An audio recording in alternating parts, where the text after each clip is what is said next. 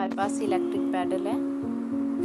ये मैंने यहाँ पे अटैच किया हुआ है। मैं इसे लेग के साथ जो है वो ऑपरेट करती हूँ। देखिए इस तरह से।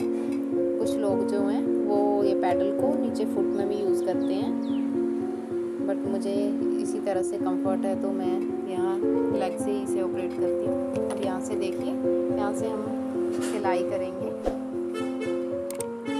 आपको एकदम से जो है वो इसे प्रेस नहीं करना है, बिल्कुल हल्का सा प्रेस करके छोड़ देना है।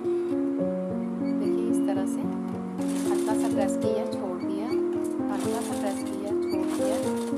इसी तरह से आप धीरे धीरे, अगर आप बिगिनर हैं तो इस तरह से धीरे धीरे ही जो है वो आप इसे प्रेस करें। देखिए इस तरह से। अगर आप ज़्यादा प्रेस करेंगे एकदम से तो ये एकदम से सिलाई जो है वो बिल्कुल आगे तक निकल जाएगी।